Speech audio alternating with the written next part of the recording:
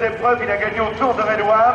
On rappelle également qu'il est allé chercher de belles victoires au circuit du Morbihan, à la Coupe de l'Artois, et il avait gagné le Tour de Ruiz.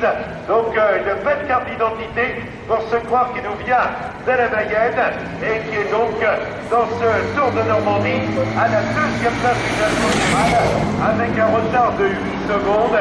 En tête, on a Anthony de la place de l'équipe Fortunéo Vital Concept, juste à moitié de 8 secondes.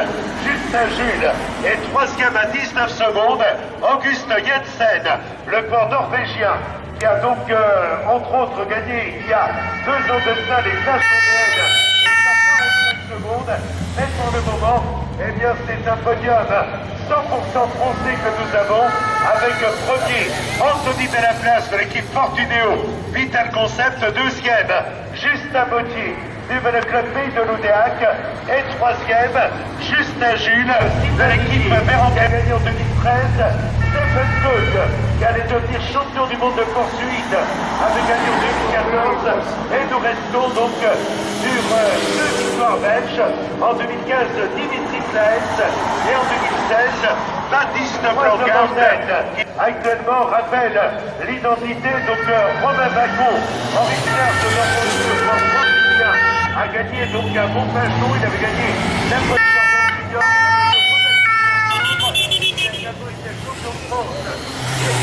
dans l'échappée. On retrouve également de la prairie pour l'arrivée finale de cette 37e édition du Tour de Normandie, avec toujours donc 2 hommes de tête.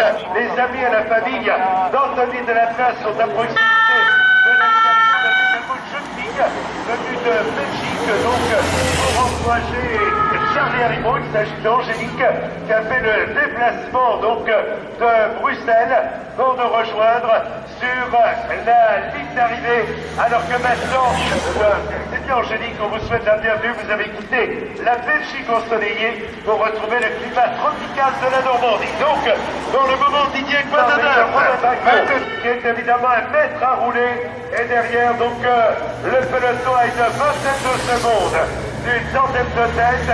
La lutte va être inégale, bien évidemment, puisque on va avoir plusieurs équipes qui vont se mettre à rouler. On est entré maintenant dans les 10 derniers kilomètres. Alors voilà les 2 hommes de tête qui apparaissent là-bas avec le Romain Bacot et le maillot de l'équipe de France. Jean-Claude Lemoyne est ravi parce qu'il m'avait dit que Romain Bacot gagnait l'étape, c'est la dernière chose, évidemment, pour lui aujourd'hui. Donc voilà les 2 hommes de tête. Allez, on peut les applaudir. Romain Bacot avec le maillot de l'équipe de France, Alexander Krieger, le maillot de l'équipe Léopard. Voilà les 2 hommes installés en tête. Et voilà déjà le peloton. Voilà le peloton, donc à 2 km de l'arrivée, avec tous les sprinters qui se mettent en première ligne. Et on retrouve notamment les courses de l'équipe JSC Confort, la formation dans laquelle il y a le rapide Alex Montran, le champion néo-zélandais qui a été champion du monde de poursuite contre la montre. Il a également brillé donc en obtenant 2 places de 3e. C'est le schéma idéal pour les hommes les plus rapides du peloton. Aujourd'hui, il se confirme que nous devrions avoir des explications au sprint. On va rappeler les différents vainqueurs d'étape. À contre-Minorché, Anthony de la place, qui sont parés du maillot jaune de premier au classement général. À Forges-les-Eaux, nous avions la victoire du corps des Pays-Bas, Jacobsen. Autre victoire donc hollandaise, c'était Elbeuf avec Van Schip. Argentan, Justin Jules obtenait la victoire d'étape. Hier, avant-hier, à Bagnoles de l'Orne, victoire d'Ariosen. Et puis hier, la victoire de Damien Godin. On peut dire que les coureurs venus des